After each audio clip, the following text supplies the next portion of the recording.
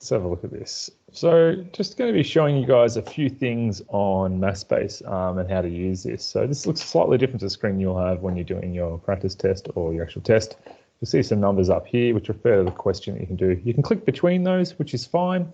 So I'm going to work through just some common errors and show you how you can work through this test so you're a bit more capable with that. So to solve the following equation, you can do line by line working out in here, or you can just do the answer. So you can put in x to the power of, so you can either do shift 6, which brings up to a power on there. Also these buttons down here to give you a fraction, or it shows you what you can press as a shortcut T. You can hit that as well, so I can do the power of 3 equals, okay, and that equals 125. So I've just added 125 on both sides. It gives you a tick. Now you actually haven't solved it because it's not solid, so that needs to be solid. Then the cube root of 125 is 5. Okay, so you're going to put in 5. You put execute into that, enter or execute, and then you see, oh, hang on a moment, it says input error. Now you don't need to watch the video. What that means is it needs to be an equal sign. So a lot of you might be like, oh, okay, that equals 5. Now with a question mark, you haven't actually lost any points here. If you get like a bit of a cross or not quite right, then you don't get full points. So what I actually need to state is x equals 5, because if you think about it, we're actually solving for x in this case. So you need to do x equals 5. Once you get the big solid green tick, that means you're pretty good to go. So you can move on to the next question from there. Normally just take you to the next one, or you can click up the top here. Looking at this one here, so find the value of x, the x value of the x-intercept. So to find the x-intercept, obviously we let y equals 0. So it's going to be, you don't have to do it step by step. You could use working out pen and paper next to you, which is probably what I'd suggest. So we know that, it's going to be what, negative 16 divided by 2 is negative 8. Cube root of that's going to be negative 2. Negative 2 minus 1 on both sides. I think it's x equals negative 3 if I've done that right, but you should always use pen and paper. So again, you don't want to just put in negative 3, because if you put in that, it will come up with, you need to do an input x. So if I go x equals negative 3, okay, I got that right. Now find the y value intercept. To do that, we let x equals 0. Now let's just say you're making a mistake here, okay? So we let x equals 0, find the y-intercept. 1 cubed is 1, 2 plus 16 is 18. Let's just say you put in 10. Now it does say an input error there. So even then if I go, okay, y equals 10, you'll see it comes up with that, and let's try that again. Now you can try it again, you will get some marks, but you have lost a penalty. Depending on how difficult the question is, sometimes you might only get 2 goes at it, like 1 go, sometimes 2, or sometimes 3 goes. So obviously I've done that wrong. And just say, you just really run into trouble. Like you can't, solve it like, oh, the y-intercept should be 16. Looking at that, you're still getting it wrong. I know it's not that, but just pretending it's 18. Oh, it needs to be negative 18, and you can't, you can't get there. You can hit skip this step. Now, if I do that, it fully marks that as incorrect, that one, and you will obviously lose a percentage. If I hit skip step, it does give you, slightly bit of working out to help you get towards there.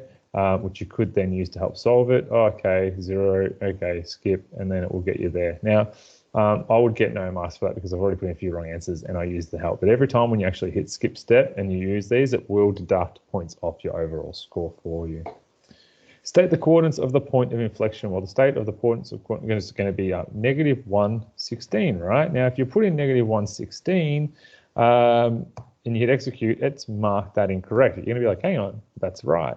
But it says state the coordinates, okay? So we need to actually put that into brackets. So you can either use parentheses here and then there, okay? And then you hit exit, or you can just use it on your keyboard and that will be fine as well, how it comes up.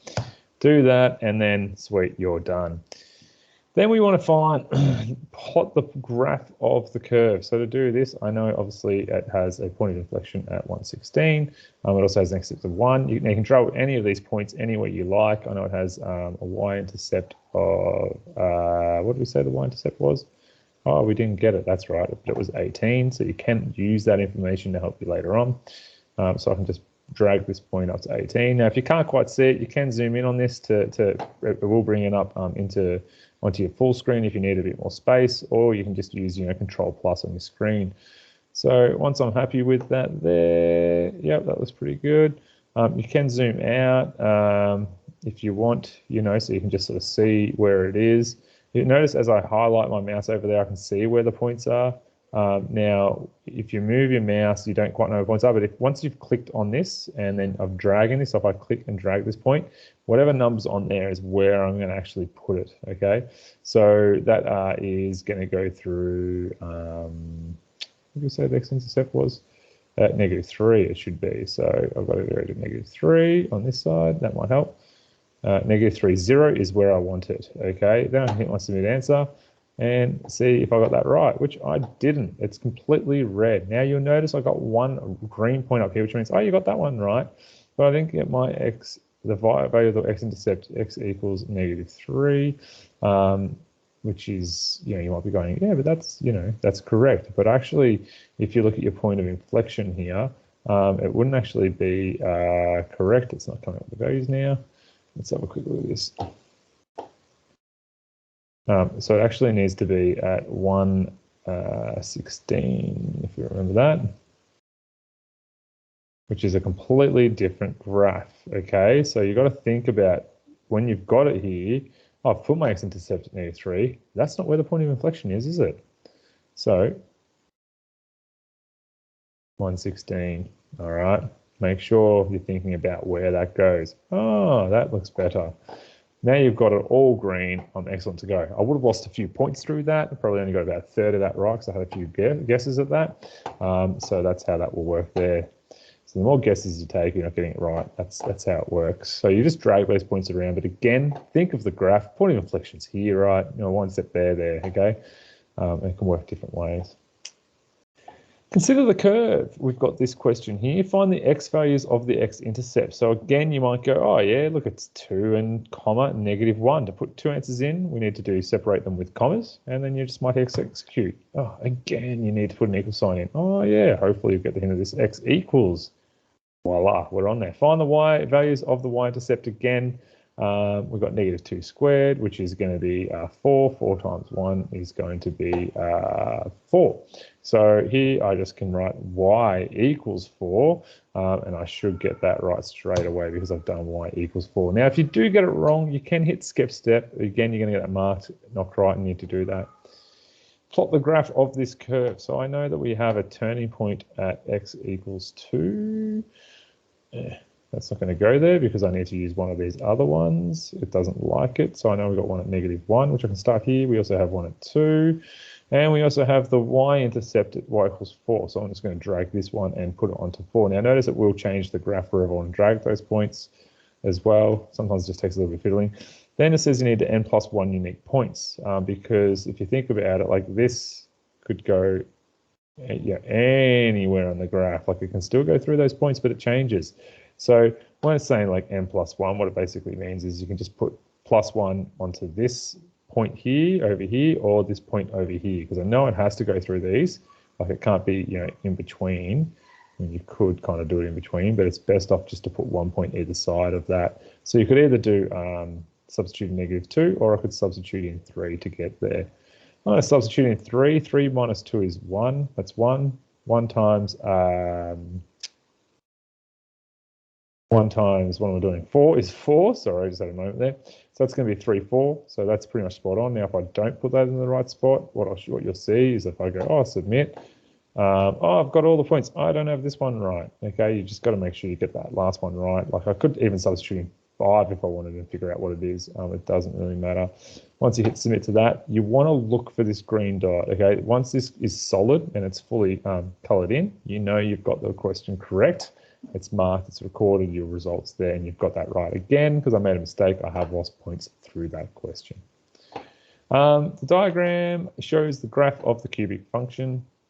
State the coordinates of the point of inflection. It does say coordinates. You guys should be reading it. So the point of inflection, let's do my brackets. That looks like 1, 2, 0. Okay, so I'm going to go 2, 0. Type in here, that'll help, 2, 0.